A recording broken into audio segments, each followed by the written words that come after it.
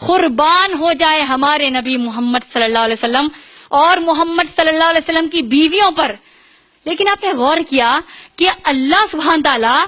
اللہ کے نبی صلی اللہ علیہ وسلم کی گھر کی عورتوں،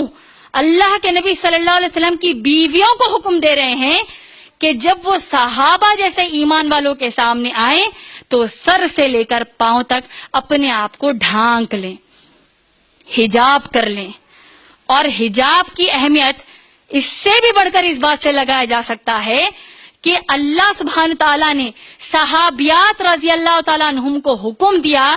کہ اگر وہ محمد رسول اللہ صلی اللہ علیہ وسلم کے سامنے آئیں تب بھی وہ حجاب کر کر آئیں. یا اللہ، ہم پر اب کوئی گنجائش بھی بچی ہے ہمارے پاس ایسے گندگی اور بے شرمی کے جملے ادا کرنے کے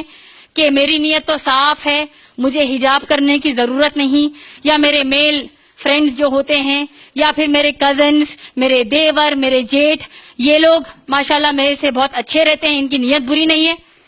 کوئی گنجائش بھی ہے ہمارے پاس اب ایسی بے شرمی کے جملے کہنے کی کہ میری نیت تو صاف ہے، میرا دل برا نہیں ہے تو مجھے حجاب کرنے کی ضرورت نہیں، یا میرے کزنز، میرے دیور، میرے جیٹھ میرے بھائیوں کی طرح ہے اسی لیے ان کے سامنے مجھے حجاب کرنے کی ضرورت نہیں؟ کیا ہم کہہ سکتے ہیں ایسے جملے؟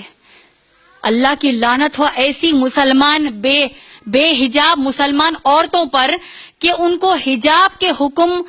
کی جو اہمیت ہے اس بات سے بھی ان کو اندازہ نہیں لگ رہا ہے کہ اللہ کے نبی صلی اللہ علیہ وسلم کے سامنے آتے وقت صحابیات کو کہا جا رہا ہے کہ اگر تم کائنات کے رسول کے سامنے آؤ صلی اللہ علیہ وسلم کے تب بھی تم کو حجاب کرنا فرض ہے.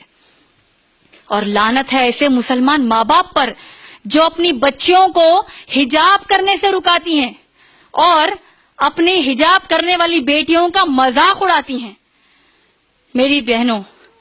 بھولے سے اپنا برقع نہیں اتارنا، حجاب نہیں چھوڑنا، کیونکہ ذرا سوچئے کہ اگر آپ میں سے کوئی، ہم میں سے کوئی اللہ کے نبی صلی اللہ علیہ وسلم کے زمانے میں ہوتی تو کیا آپ بے حجاب ہو کر اللہ کے نبی صلی اللہ علیہ وسلم کے سامنے آنے کی جرات کرتی؟